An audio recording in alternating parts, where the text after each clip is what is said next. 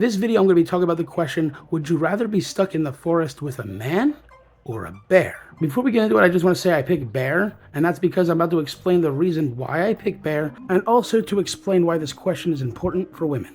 Let's get into it. The question was floating around for a while, and I just thought it was kind of like a joke, and then I saw people getting serious online on both sides, so I decided to look up the origin of the joke. And it seemed like it started out with a bunch of TikTok guys trying to antagonize a bunch of women by using this question and try to make them look dumb. At this point, I already understood why women picked bear, and I agreed on their reasoning and all of that, but I just thought that the question itself was harmful. And I saw a TikTok video that basically said something like this, and I left a comment on it. So I basically said that it's a loaded question to begin with, and it's not really comparable to sexual assault. And I also agreed that people will most likely believe the bear attack over the sexual assault.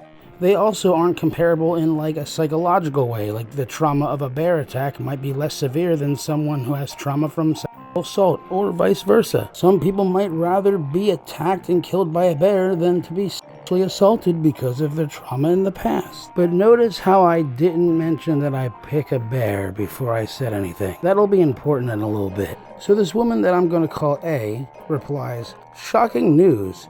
Yet another man has missed the point.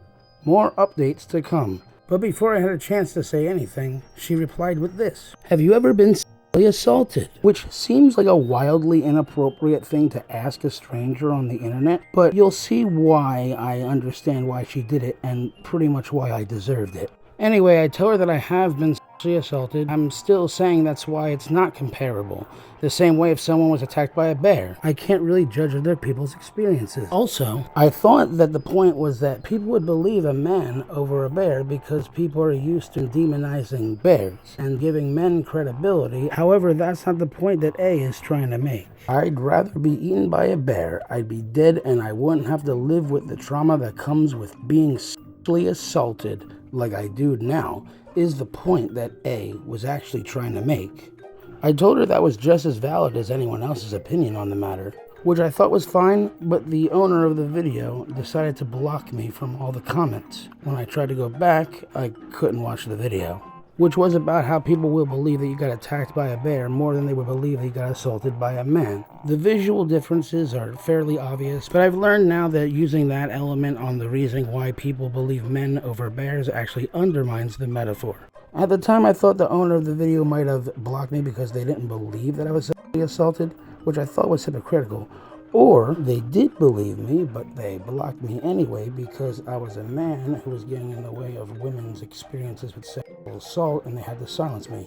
But it turns out it's neither of those things. Let me explain. When I critiqued the question, I didn't specify that I would rather be in the woods with a bear, so critiquing the question might have led to the thought that I would have picked a man over the bear, which justifies asking me if I've ever been sexually assaulted, because I pretty much undermined her experience when I said, yes, I have experienced sexual assault, and then still agreed with my original opinion. The fact that I said that other opinions are also valid takes away from her experience, and that's not my right to do to someone else, so I should be silenced because of it. And based on what I'm going to show you next, I know it's not because I'm a man. So on this profile on Instagram, I saw this post and I commented this, basically saying that it's a question made to antagonize women and that we're giving the men what they want, which at this point I understand isn't true, and this was just propaganda that I was spewing. This man Eric tells me to cite my sources, which I don't really have. I just did a Google search real quick, so I just kind of made up something, saying that we used to talk about these kind of things when we were in high school or middle school back 20 years ago. Just some completely irrelevant stuff. The fact of the matter is the origin is irrelevant too. What matters is how women are using the metaphor, and that's important. How people are trying to share their experiences. It's time for us men to listen, which at the time I disagreed with. At the time I said that this conversation's for your therapist, not for the internet, and looking back I could see how ignorant I sound, and this is pretty embarrassing. But yeah, looking back, it's like, who am I to tell somebody they should go see a therapist and not say this kind of stuff on the internet and try to get validation there? Like, I feel like I'm out of line for that, and I really do apologize for saying something this rude. He says I'm a tinfoil hat-wearing politician, which I would have to agree now that I'm looking back at this conversation. I said you're just a creep who wants to hear a bunch of women's experience of sexual assault so you can fantasize it in the bathtub later, which, you know, is totally rude. Absolutely not what's going on. That's not why he's pressing it like that. He's pressing like that because there are guys out there that will hear about a girl who wants to talk about a sexual assault, but then they don't want to hear the rest because they want to fill in the blanks of what their fantasy might be, or try to undermine the severity of what the assault was in the bathtub later in the night. So he might have thought that's what I was getting at, which I wasn't, but it's understandable why he said I might have been projecting, which we'll get down to in a minute. So my friend, who's a woman, decided to comment that this is the internet where you're allowed to disagree and ask questions, and this is the moment that she messed up. You know, she shouldn't have said anything like that. As you can see, she didn't start out saying that she agrees with the bear. Also, you're not allowed to disagree or ask questions when it comes to the authenticity of this question itself. Eric then goes on to say that she's mansplaining, which doesn't seem to make sense, but then you realize that he thinks I am a fake account. I thought this was in response to her, but he thinks that this is just a fake account. He thinks that I am telling him that he's projecting, but it's really my friend, who's an actual woman, who is telling him. And here's what's going on. He believes that my friend is a fake account, and rightfully so. For her to take my side, it doesn't matter how much evidence or if she even gives him his name, there's nothing that's going to convince him that she isn't me.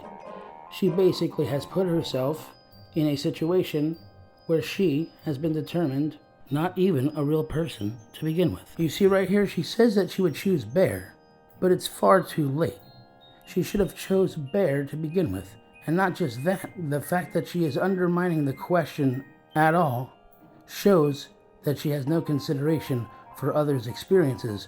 Whether or not she has her own is irrelevant in this situation, because even if she did, she wouldn't be expressing it the right way, and she would also be discrediting other people's experiences, and that's just not fair.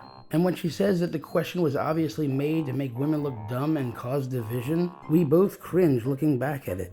You see, Fiona, we both know that's where we're wrong. The question isn't meant to make women look stupid. The question isn't meant to cause division. The question is meant to help women who experience sexual assault to determine who they can and can't trust based on whether or not that person picks man or bear or thinks that the question is irrelevant.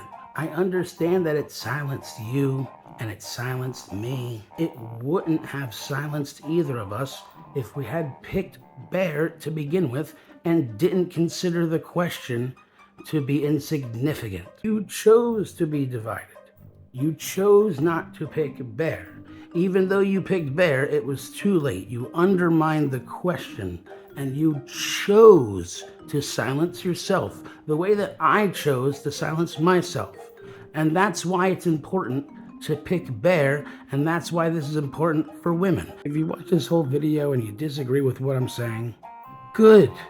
Congratulations, you're no longer in the Bear cult. But if you agreed with everything up until just now when I said it was a Bear cult, then you're okay with the Bear cult, and it's not really about giving women a voice, because it literally took away a woman's voice, which is my friend. And if you don't believe me, that's fine. You can literally go out yourself. You could believe in Bear, believe the question is significant.